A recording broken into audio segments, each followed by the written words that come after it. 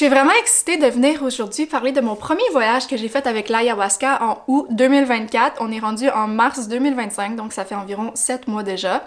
Je l'ai fait ici, au Québec. Puis c'était pas mon premier voyage avec des psychédéliques de ce genre que j'ai fait. J'avais fait sur cette chaîne une vidéo en 2021 de mon premier voyage avec le 5-MeO-DMT. C'était une vidéo qui a été très populaire, donc peut-être que tu l'as déjà vue. Puis par la suite, j'ai fait 2 vidéos de mon retour 8 mois plus tard après avoir fait cette expérience-là. Puis j'ai fait un retour 3 ans plus tard, plutôt sur est-ce que tu devrais le faire, parce que je sens que c'est la même chose pour l'ayahuasca. Je sens que des fois, je fais des vidéos là-dessus, puis je veux juste pas encourager les gens à aller faire des médecines de ce genre, parce que ça peut être très dangereux, puis je veux mettre en garde là-dessus, que l'ayahuasca, c'est pas pour tout le monde, puis c'est pas parce que je fais une vidéo là-dessus, puis que moi, j'ai vécu une X expérience, que toi, tu vivrais cette même expérience. Puis j'ai même vu des témoignages de gens qui ont vécu des expériences très négatives, pas juste sur le champ, mais après coup, que ça a été peut-être des mois et même des années qui ont eu des difficultés, des noirceurs qui n'ont pas réussi à intégrer, qui n'ont pas réussi à libérer, parce que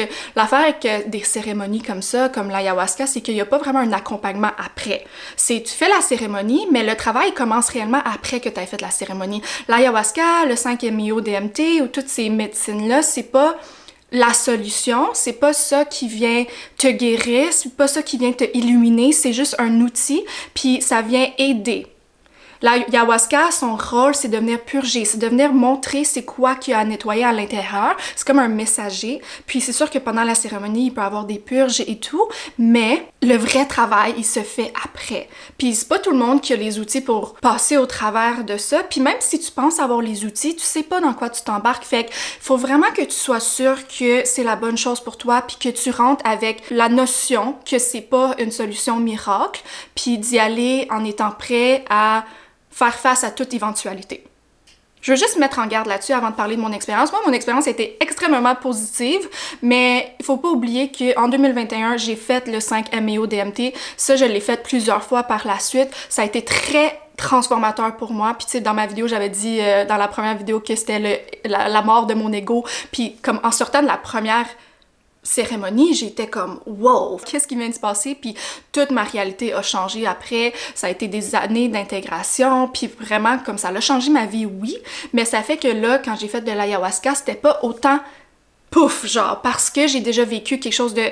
C'est pas la même chose, puis je vais expliquer les différences un peu, mais j'ai quand même déjà vécu un gros éveil dans ce sens-là, puis l'ayahuasca, c'est juste une continuité, ça m'a juste montré autre chose, puis... Tu sais, ça fait longtemps que je suis dans un parcours de comme guérison vraiment intense. Donc c'est ça pour moi, comment j'ai vécu le voyage. C'était même pas, dans le fond, commun.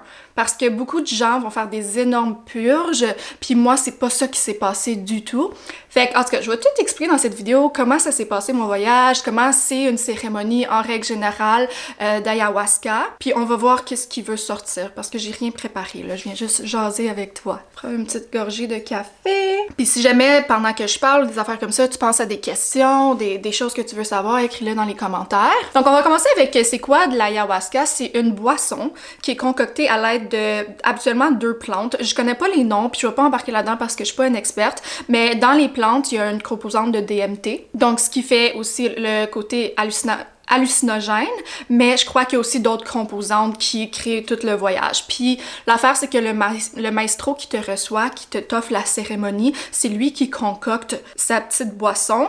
Donc, d'une personne à une autre, d'une cérémonie à une autre, si c'est pas le même maestro, la concoction va être complètement différente, les forces, tu sais, les dosages dedans vont être différentes. Il y en a qui font des dosages vraiment forts, il y en a d'autres c'est plus doux, fait que ton expérience va être vraiment différente dépendamment de avec qui tu le fais. Puis ça aussi, je veux parler de ça. C'est vraiment, vraiment important de choisir une bonne place pour faire ça. Des fois, on peut pas savoir d'avance, mais suis ton intuition, fais tes recherches, parce que j'ai entendu des histoires de comme quelqu'un qui s'en va au Mexique ou au Pérou faire ça, puis comme la personne qui reçoit est beaucoup dans son ego, qui a pas offert un bon accompagnement ou qui essaye trop de rentrer dans ta bulle. Puis j'ai entendu des histoires de gens qui ont vraiment pas apprécier la cérémonie de la façon que c'était tenu. Fait que c'est quand même aussi important de choisir une personne qui va bien t'accompagner parce que ça fait vraiment toute la différence. C'est eux qui créer le voyage parce qu'en fait, pendant une cérémonie d'ayahuasca, ça dure des heures et des heures. Puis le maestro, puis des fois, il va avoir comme un acolyte ou je sais pas comment appeler ça, mais comme quelqu'un comme qui apprend de lui, fait qu'un aide maestro. Lui, ils vont faire des chants. Puis les chants font partie du voyage. Puis même qu'un gars m'avait dit, l'acolyte, il m'avait dit qu'il avait essayé de faire de l'ayahuasca sans ça, tout seul par lui-même, ça y avait rien fait du tout. C'est une plante vraiment spéciale, puis d'une fois à une autre que tu le fais, ça va être complètement différent, mais comme à un next level différent, genre. Tu sais, j'avais dit ça pour le 5-MeO-DMT, mais le 5-MeO-DMT, ça va quand même t'amener tout le temps à la même place. L'ayahuasca, ça va être complètement différent d'une fois à une autre. Puis je sais ça parce que nous, on l'a fait au travers d'une fin de semaine, fait qu'on a fait 2 nuits. Habituellement, dans les cérémonies, c'est pas juste une fois, c'est pas juste un soir, c'est des fois ça va jusqu'à 7-10 jours, c'est comme des retraites d'une semaine au complet. Il y en a que c'est comme que j'ai fait que c'est une fin de semaine, fait que là c'était 2 nuits en ligne qu'on l'a fait. Puis j'ai vraiment été contente qu'on ait fait une deuxième nuit parce que la première nuit, j'ai pratiquement rien senti. Fait que comment ça se passe? Ben moi c'était au Québec que je l'ai fait. Ça m'intéresserait vraiment de le faire à quelque part dans la jungle un jour quand que le moment arrive. Je force pas les choses. Puis avec l'ayahuasca, ils disent tout le temps que c'est elle qui va t'appeler. Puis je dis elle parce qu'ils appellent l'ayahuasca. En anglais, c'est like the grandmother. J'imagine que c'est comme la grand-mère. Puis c'est comme c'est son énergie à elle qui va venir t'appeler, qui va te dire c'est quand le moment que tu es prêt pour le faire.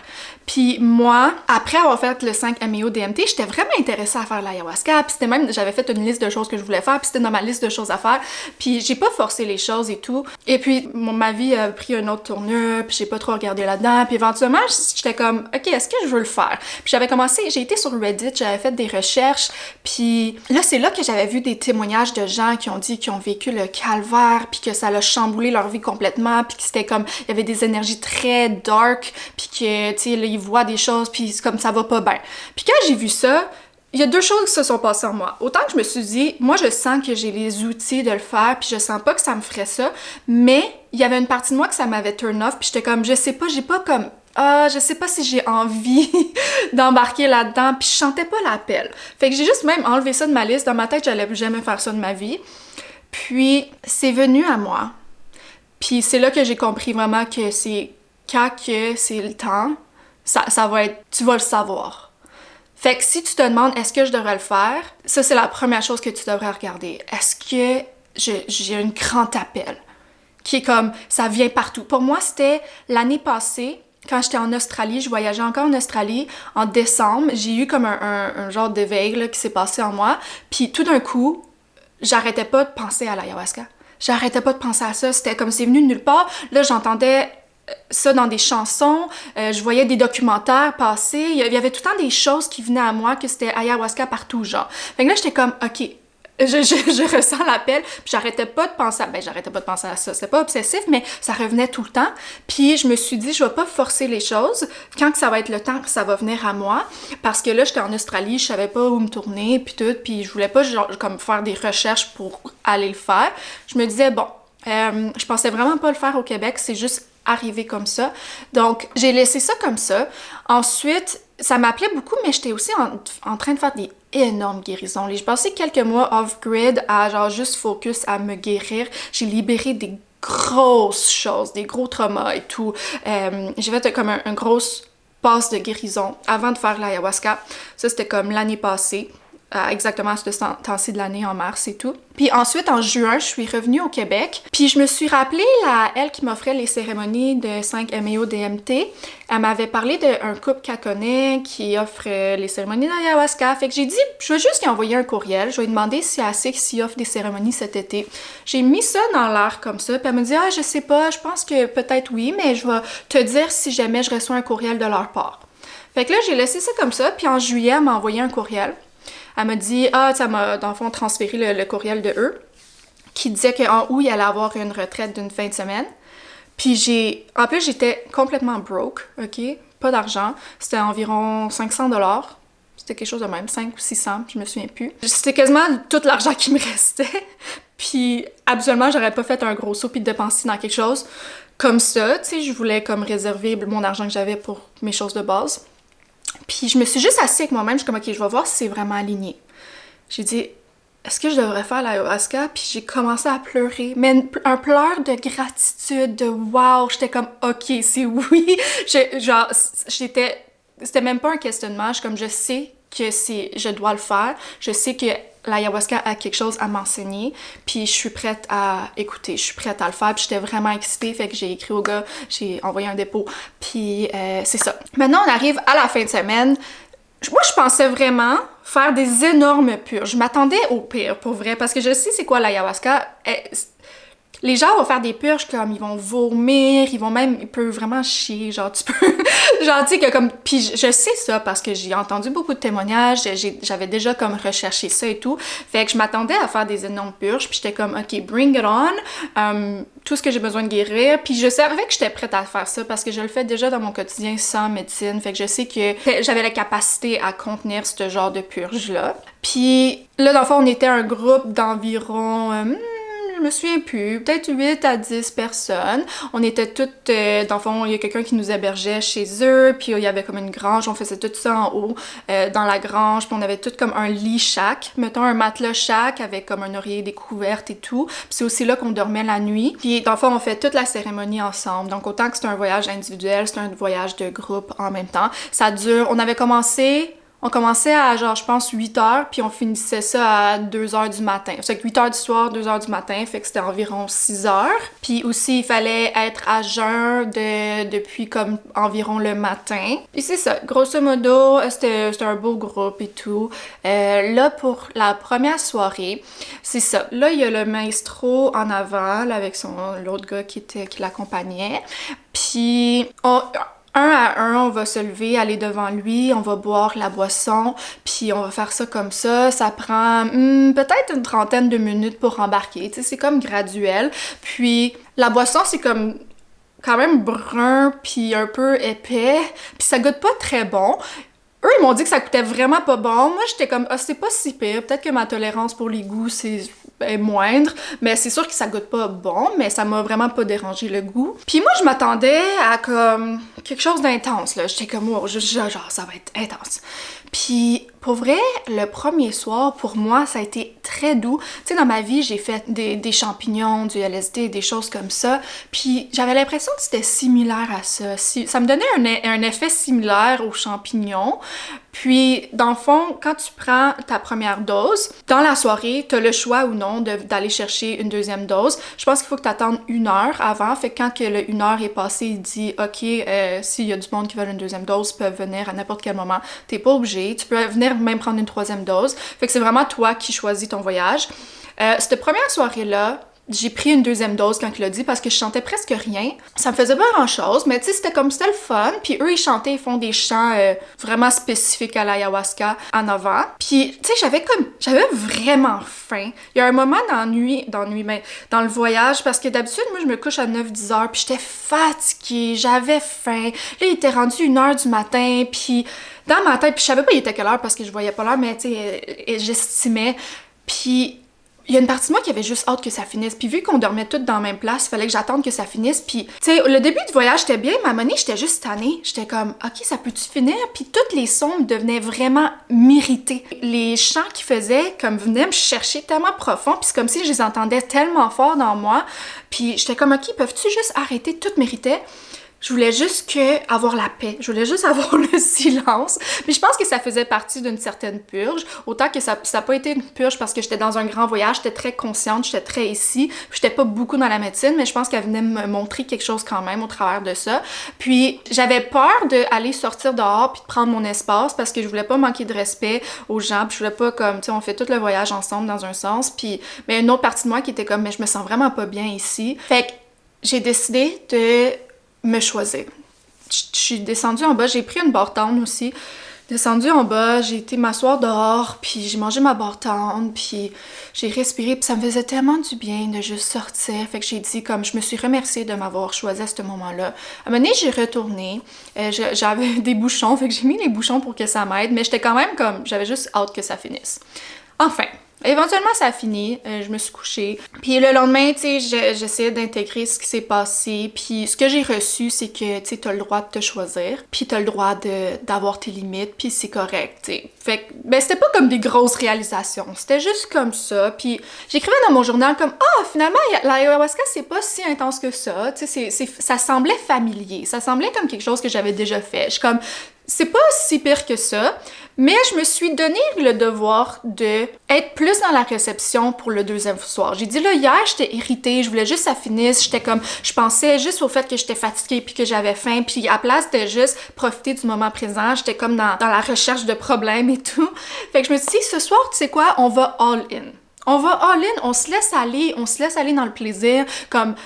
Mets-toi pas des barrières, puis profite. Pis c'est pas grave si on se couche tard, c'est pas grave. Fait que je me suis comme parler. Aussi, tu sais, dans le fond, le lendemain, on fait tout le temps comme un cercle de parole sur comment que ça s'est passé. Fait qu'on a fait ça durant la journée. Puis là, le soir, on refait la même chose. Là, j'ai pris ma première dose, puis je pense que j'ai fini... Attends, je vais pas avancer trop vite.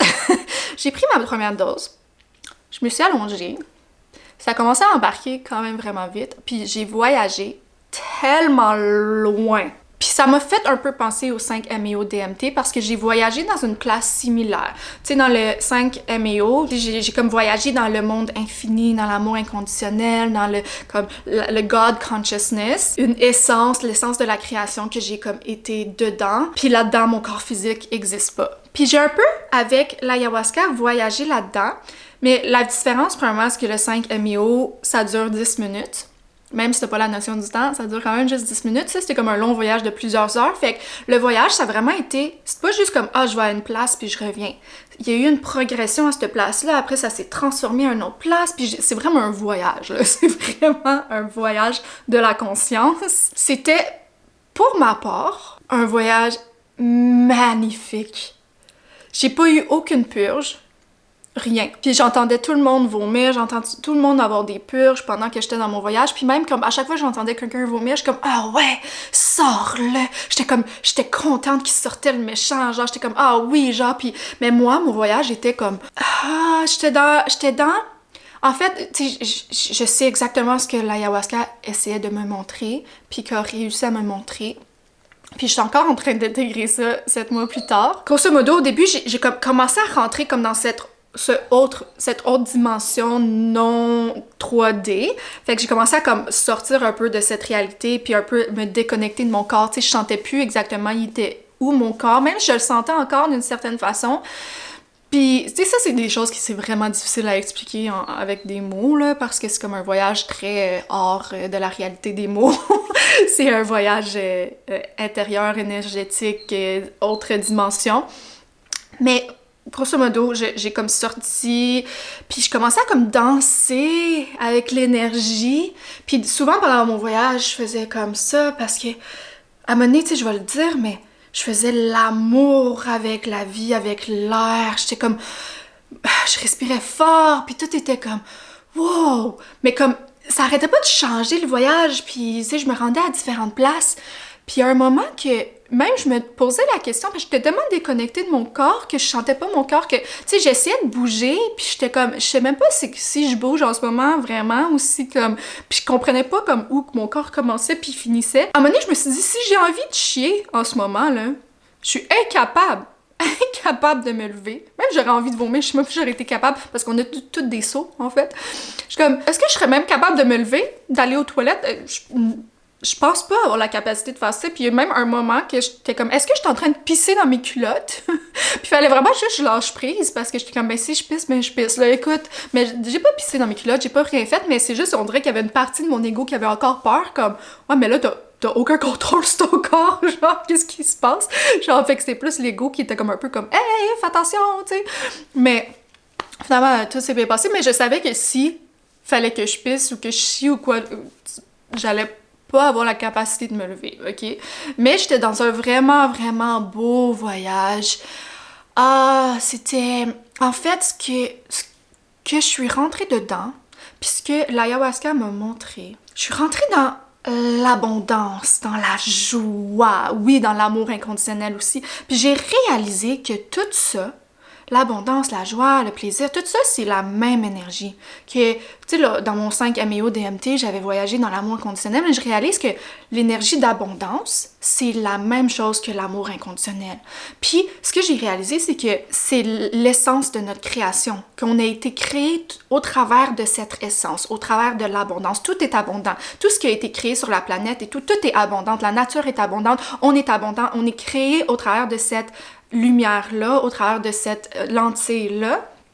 Puis l'essence qu'on a dans notre corps, c'est cet amour inconditionnel, tu sais, l'essence qui nous comporte, en tout cas, c'est l'abondance. Tu sais, des fois, on va vivre dans des limitations, puis dans les peurs, mais ça, c'est pas nous. Nous, notre essence pure, en dehors de tous les conditionnements, c'est abondant. Fait que l'abondance, c'est la même chose que l'amour inconditionnel, c'est la même chose que la joie, puis c'est notre droit acquis, notre droit, même non, pas acquis, c'est notre droit inné, juste parce qu'on est ici, puis qu'on est vivant, puis c'est ce qui nous comporte, puis on a le droit de, en tout temps, juste décider d'opérer au travers de cette essence-là. Parce que c'est nous, cette essence-là. C'est tout. Fait que j'ai plongé dans cette essence-là, puis tous ces messages venaient, mais pas en mots directs, mais plus comme en compréhension de concept. Puis l'autre message qui est venu à moi, parce que dans le fond, moi, je pensais que j'allais faire des purges, puis ce que Ayahuasca me disait, c'est « J'ai pas besoin de te montrer comment faire des purges, j'ai pas besoin de te montrer des choses à purger à l'intérieur de toi, tu sais déjà comment faire ça, lâche prise! » Parce que, tu sais, je suis très sérieuse avec mon parcours de guérison, puis j'ai passé les 12 dernières années à faire de la guérison, puis dans mes 4 dernières années, tu sais, j'ai vraiment rentré dans le côté plus spirituel de la guérison et tout, puis je me permets vraiment de faire des énormes purges sans avoir besoin de médecine et tout, tu sais, comme je disais, quand j'étais en Australie, j'ai fait comme un 3 mois de purge intense, puis j'ai été loin, puis profond, là, profond, que ça faisait mal dans chaque cellule de mon corps, puis je libérais ça, puis c'est comme, à ce point-ci dans ma vie, c'est acquis, je sais comment faire de la guérison, je sais comment me recevoir dans ce sens-là, puis quand il y a quelque chose qui fait surface, tu sais, je le laisse pas traîner trop longtemps, je vais aller adresser ces choses-là. Puis c'est comme si l'ayahuasca me disait « Ok, slack la pédale, t'arrêtes pas de faire de la guérison, puis c'est comme si tu cherches tout le temps des nouvelles choses à guérir, mais là, il est temps, ok, que tu vives dans la maison que t'as créée, il est temps que tu profites de la vie, puis il est temps que tu commences à recevoir les bénéfices de toute cette guérison. Tu fais pas de la guérison juste pour guérir, tu fais de la guérison pour pouvoir rencontrer ton être véritable, pour pouvoir rencontrer cette essence d'abondance, puis pouvoir vivre au travers de ça. Fait que là, elle me disait, moi, j'ai pas besoin de te montrer comment purger, je veux te montrer comment apprécier la vie, puis vivre dans ta vérité la plus absolue. Qui est ça. Puis des fois, j'oublie ça. C'est pour ça que je dis que je suis encore en intégration, parce que autant que j'essaie de comme être plus dans cette essence-là, c'est encore un processus, mais elle m'a montré ça. Elle m'a montré l'étape dans laquelle que je suis dans ma vie maintenant, puis la direction dans laquelle que je suis prête à aller, puis que je suis prête, l'énergie dans laquelle que je suis prête à vivre. Puis depuis les 7 derniers mois, ça a été pas mal on and off. Ce qui est correct, ce qui est naturel, c'est comme ça qu'on intègre, parce qu'il y a je sais jamais le mot en français, embodiment. C'est comme, il y a 2 phases, si on veut, une fois qu'on a comme eu un éveil, on va dire ça comme ça, mais comme, ok, la phase d'intégration, que tu fonctionnais d'une certaine façon, là, il y a une nouvelle information qui est présentée, puis là, t'intègres. Tu passes d'un à un autre, t'apprends comme à embody, je vais dire ça en anglais parce que j'ai pas le mot en français, tu vas apprendre à le embody. Que là, pendant que tu intègres, c'est normal que tu vas d'un sens à un autre, puis un jour, ça va devenir ta nature seconde. J'aurais plus besoin de constamment essayer de revenir dans cet état parce que ça va être facile, je vais avoir un accès facile. Puis, tu sais, je vois ça dans mon parcours aussi, ce qui est arrivé à le 5 MEO DMT, tu sais, oui, comme au début, ça a été puis là, j'ai beaucoup intégré beaucoup de concepts, que là, ça fait juste partie de moi, tu sais. Fait que c'est sûr qu'il y a des moments dans notre vie, des fois, qu'on fait marche arrière, puis c'est correct, c'est naturel, mais c'est pas mal ça que je dirais que j'ai reçu de l'ayahuasca. Puis après ce voyage-là, j'ai eu comme peut-être 2-3 semaines que j'étais comme en bataille, parce que j'étais comme, ok, je veux être dans l'abondance et tout. Puis là, j'étais comme, mais est-ce que je suis en train de le faire ou est-ce que je suis pas en train de le faire? Puis là, j'avais comme une petite bataille interne. Puis il y a un moment que pendant peut-être 2 mois, je suis rentrée dans une joie absolue. Je sentais que c'était, même à ce jour, c'est la période de ma vie que j'ai été le plus heureuse de toute ma vie. Puis sans qu'il y ait rien externe. C'est pas parce que j'ai réussi à être monétisée sur YouTube, que j'ai réussi à vivre à mes objectifs ou whatever. Il y avait rien dans ma vie que ça s'est passé. Même j'habitais chez mon père, je suis comme complètement broke, j'ai pas de job, tout comme va pas bien. Tout est pas comme, je suis dans le moins abondant dans un sens externe dans ma vie, mais malgré ça, je me sentais la plus abondante que je me suis sentie de toute ma vie. Puis j'étais vraiment dans cette énergie, puis j'étais juste heureuse, bien dans la joie. Bon, cette phase-là est repartie, puis là, je vis une période plus difficile dans les derniers mois, je reçois à plein cœur, puis qui m'enseigne beaucoup de choses. Mais je vois encore comment il y a peut-être encore une petite addiction à guérir, à aller creuser. Puis j'ai comme créé une identité autour « je suis quelqu'un qui doit guérir » versus « est-ce que je peux aussi juste pas tout le temps avoir besoin de guérir ?» Mais c'est ça que l'ayahuasca m'a enseigné. J'étais vraiment reconnaissante de ce qu'elle m'a montré. C'est vraiment une belle médecine, puis autant comme que j'ai mis en garde au début de la vidéo, que ça va être reçu d'une façon différente pour tout le monde, dépendamment de t'es où dans ton parcours, puis qu'est-ce que tu as de besoin. Autant qu'il y a du monde qui vont faire des purges, puis qui vont bien recevoir ces purges-là. Moi, la première fois que j'avais entendu parler de l'ayahuasca, c'était en 2020, je voyageais en Hawaï, puis là, une fille m'a dit « Ah, je viens de revenir d'une cérémonie. » Puis j'ai dit « Comment ça a été? » Elle dit « J'arrêtais pas de vomir, puis c'était le plus beau vomi de ma vie. » Fait que moi, c'était ça que j'avais en tête. Je suis comme, OK. Puis il y a du monde, des fois, qui disent, mettons qu'ils ont un blocage de... Ah, mettons, on va dire l'argent, OK? Parce que c'est facile à comprendre. Il y a un blocage avec l'argent, puis ils vont se voir vomir de l'argent, genre. Comme, c'est tellement, comme, différent. C'est pas juste tu vomis, mais il y a comme vraiment, tu sens les motons sortir. Puis tu sais, j'ai entendu tous les témoignages des gens qui étaient là cette fin de semaine-là, puis ils ont tous fait des grosses purges. Ils ont tous vu des grosses noirceurs en eux. Pas mal tout le monde là. Moi, j'étais la seule qui l'avait jamais fait, l'ayahuasca. Fait que tout le monde était expérimenté. Fait que c'est sûr que c'était tout le monde qui savait à quoi s'attendre. Fait que tout le monde a bien reçu les purges. Puis j'étais la seule qui c'était la première fois, puis j'ai bien reçu la médecine également. Mais je sais que ça peut être très difficile. C'est pas une potion magique, puis que voilà, tout est arrangé. Puis c'est sûr que tu peux pas écouter ma vidéo puis t'attendre à vivre la même chose. Tu sais, après la vidéo de 5-MeO DMT, il y a tellement de gens qui étaient comme « Ah, je suis dépressif. Ah, il y a ci dans ma vie. Il y a tellement de problèmes dans ma vie. Je veux tuer mon ego pour comme m'éveiller. Est-ce que je devrais faire le 5-MeO? » Puis je suis comme « C'est pas la solution. C'est pas ça la solution. C'est pas d'aller voir quelque chose à l'externe pour trouver une solution. C'est tout le temps un voyage interne. Tu sais, tu pourrais autant guérir sans la médecine qu'avec la médecine. La médecine n'est qu'un outil. La médecine est juste là pour t'offrir quelque chose pour accélérer le processus, mais est-ce que tu es prêt à aller en accélérer? Parce que ça peut être très intense. Est-ce que tu es prêt à plonger là-dedans ou c'est peut-être mieux d'aller à petit feu? C'est ça, c'est toi qui décides. C'est pas moi qui va te dire oui, tu devrais le faire, oui, tu devrais pas le faire. Mais comme, utilise ton jugement, puis vraiment comme tune into yourself. Faut vraiment que tu te poses la question, puis qu'on apprenne. Il faut qu'on apprenne à trouver les réponses à l'intérieur de nous, à se questionner, puis à ressentir les réponses. Okay, ça, c'est quelque chose qui s'apprend avec le temps, mais comme il y a rien à l'extérieur qui est ta solution.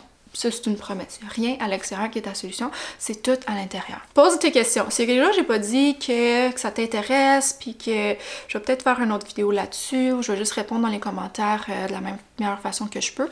Mais pose tes questions si tu as des questions, si toi tu as un témoignage aussi, si toi tu l'as essayé, puis tu aimerais ça partager ton vécu, fais-le aussi. Fait que je veux t'entendre, je veux savoir ce que tu en penses, puis je veux savoir si tu as des questions, puis je t'envoie toute ma lumière, puis on se parle bientôt.